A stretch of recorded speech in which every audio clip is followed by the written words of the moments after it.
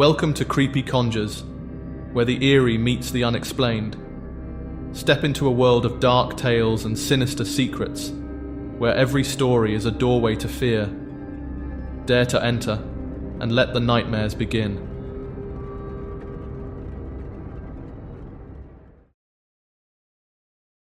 Story number 1. It was one of those stormy, miserable nights when the rain feels like it's coming down in sheets. I should have been home, curled up with a blanket, but of course, I'd waited until the last minute to pick up a wedding gift for my friend Sarah. I raced through the dark parking lot, my coat doing little to shield me from the downpour, and pushed open the heavy glass doors of the home decor store. The fluorescent lights inside were harsh, buzzing softly in contrast to the thunder outside. The store was practically deserted. I remember thinking how odd it felt, so empty, yet the shelves were cluttered with everything from vases to throw pillows. I had a vague idea of what I was looking for, but mostly I just wanted to get in and get out. As I wandered through the aisles, I got that weird sensation that someone was watching me. Out of the corner of my eye, I saw him. A tall man, just standing there. I couldn't make out any details, because every time I turned to look directly at him, he seemed to slip into another aisle. At first, I brushed it off. The store was big, and maybe I was just catching glimpses of another shopper. But the more I moved through the aisles, the more certain I became that he was following me, watching me. I shook off the creeping unease and focused on the task at hand. After all, I was a grown woman. What could really happen in a store like this? And then the lights went out. A loud crack of thunder rattled the windows as the store plunged into complete darkness. I froze, heart pounding in my chest. After what felt like an eternity, the store's intercom crackled to life. "Attention shoppers, please make your way to the front of the store," the calm, automated voice instructed. In the pitch black, I fumbled with my phone to light the way, slowly making my way toward the front. But something felt wrong, like the darkness was too thick, too still. Suddenly, the lights flickered back on, illuminating the aisles around me. That's when I saw him. The man was no longer lurking in the shadows of another aisle. He was right in front of me, and his face, it was horribly disfigured, as if something had melted part of it away. His eyes locked onto mine, and before I could react, he lunged at me, grabbing my arm with a grip like iron.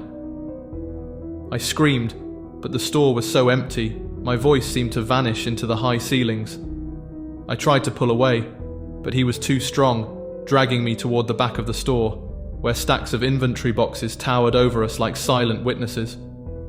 My heart raced as panic set in, my feet scraping against the tiled floor as I fought him with everything I had. In one desperate move, I bit down on his arm, hard. He let out a guttural growl and loosened his grip just enough for me to break free. I didn't stop to think. I bolted, sprinting toward the front of the store, my legs shaking beneath me. I yelled for help, and finally, 2 employees rushed over. I collapsed into their arms, barely able to get the words out. He tried to grab me. He's in the back." They wasted no time. One stayed with me, trying to calm me down while the other went to check the back. I heard them call out to the attacker, but there was no response.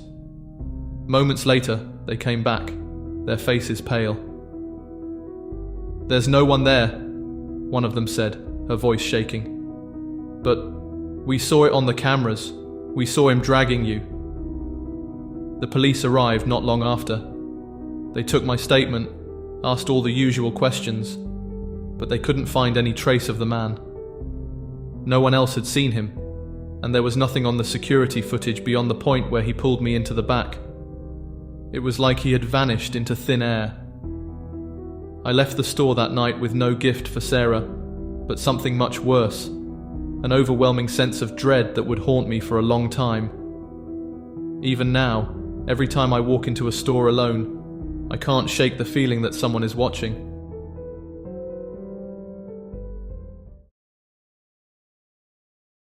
Story number 2. It was a few days before Christmas, and the store was buzzing with holiday cheer. The rebranding of our home decor store had everyone on edge, but excited. I'd been working here for years, managing the evening shifts alongside Jamie, my work friend.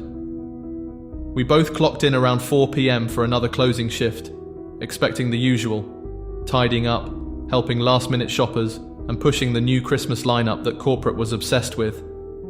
The operator had already left for the day, and the store was pretty quiet despite the holiday rush. Around 6 p.m., a man dressed as Santa strolled in. His suit was pristine, the beard snowy white, just like you'd expect from a department store Santa. With a jolly smile, he said he was here for the Santa pictures, informing me that corporate had hired him to take photos with kids, while parents could snap photos in front of our new Christmas displays. I didn't think twice. Christmas time is our busiest season, so it made sense that they'd pull a stunt like this to drive more traffic. I greeted him, set up a nice chair on one of the Christmas displays, and throughout the evening, parents stopped by with their kids, excited to take pictures with Santa. Jamie and I busied ourselves with cleaning, while the other 2 employees handled the front of the store. Everything seemed normal, until it didn't. As I walked past him at one point, I casually asked, "How long did corporate hire you for?" He paused, almost like he hadn't expected the question. They said I could stay as long as I wanted, to spread the Christmas cheer." Something about the way he said it felt off, but I shrugged it off. It had been a long day, and I just wanted to get through the shift. Jamie and I got caught up in cleaning, stocking shelves, and chatting about random things. By the time I checked the clock, it was 9:30 p.m. The store was dead. No more families were coming in this late. "Hey Jamie," I said. "I don't think any more kids are coming tonight. Should we tell Santa we're closing soon?" Jamie agreed and went over to talk to him. I watched from a distance, a strange, uneasy feeling creeping up my spine. I couldn't put my finger on it, but something felt wrong. Jamie walked back, and I noticed the Santa standing up, getting ready to leave. But before he did, he turned toward me. The look he gave me, it still haunts me. His eyes seemed to glisten with something dark, something sinister. He smiled, but it wasn't a warm, jolly smile. He waved slowly and, with a disgusting, filthy motion, blew me a kiss, his tongue sticking out in the most unsettling way. I felt sick. As we finished closing, Jamie shook his head, looking a bit amused. "Can you believe that Santa does those gigs for free?" I froze. "What?" "Yeah," Jamie replied. "He said he does it out of the kindness of his heart. Just wants to bring joy to the kids." Something clicked in my mind, and I hurried back to the office grabbing my phone. I dialed the operator, my fingers trembling slightly. "Hey, quick question. Did corporate hire a Santa for tonight? For pictures with the kids?" The operator paused. "No, we haven't set up anything like that. That's not something the company would do." My heart sank. Who was that man? Why had he come? And what was his real intention with the children?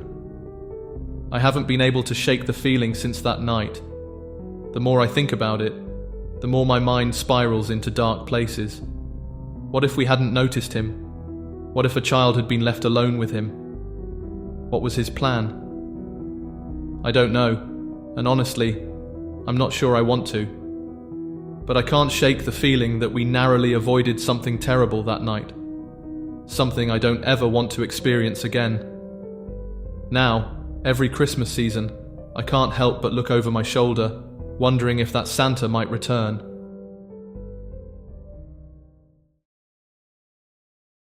Story number 3. It started like any other quiet Wednesday evening at the store. Stefan and I were working the closing shift, and with how slow it was, we managed to get the front of the store cleaned up early. The home decor store was huge, almost the size of a Home Depot, and with one of our co-workers calling out. It was just the two of us and Mark, the new guy, up front running the register. By 9:30, we were deep into conditioning the aisles, making sure everything was in place. I was in my own world, focused on finishing up quickly, when I heard the screaming. Stefan and I froze, looking at each other as Mark came barreling toward us, his face pale as a ghost. "He's got a knife! He's got a knife!" Mark was hysterical, collapsing in front of us, clutching his arm. He was bleeding. My stomach dropped when I saw the blood. Mark was shaking, eyes wide with fear, gasping between sobs.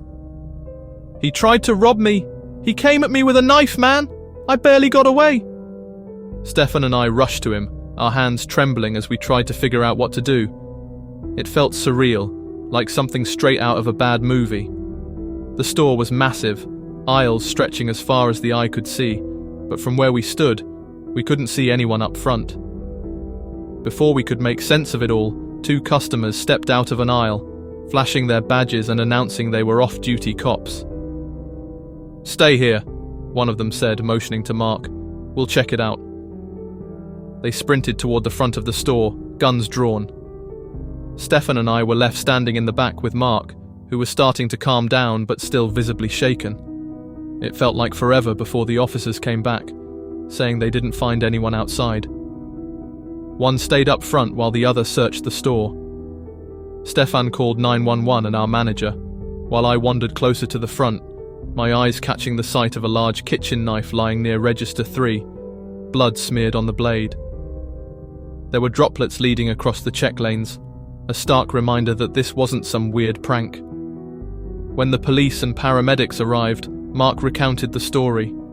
He'd been putting away returns near the check lanes when a man rushed in, demanding money. Before Mark could react, the guy lunged at him, slashing his arm.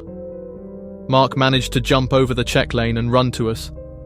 Stefan and I stood there, listening to every word, trying to make sense of what had happened. The paramedics patched Mark up and recommended he head to the hospital, but he refused. His brother pulled up about 15 minutes later, just sitting in his car, waiting. Stefan and I told Mark he could go ahead and leave. After he left, we locked the doors and began pulling the rest of the registers. That's when Stefan glanced at me, a weird look on his face. "Something feels off, man," he said quietly, his eyes scanning the store. "How did the guy know which register had the most cash in it?" I frowned, thinking it over. Mark had been standing at Register 3, the one furthest from the entrance, but the other registers had more cash because they were used more often during busy times. The pieces weren't fitting together. We talked it over with the manager and locked everything in the safe. After a final sweep of the store, we headed to the break room to grab our stuff. As we walked back to the front, Stefan was messing with his phone when he suddenly stopped, grabbing my arm. "Dude, look at this." He showed me his phone. It was a Snapchat post from Mark, holding a wad of cash with the caption, "Hitting the club tonight." A chill ran down my spine. We exchanged a look, realizing the horrifying truth. The knife, the story, it had all been a setup. "Managers should really be more careful about who they hire," Stefan muttered, shaking his head as we walked out into the night.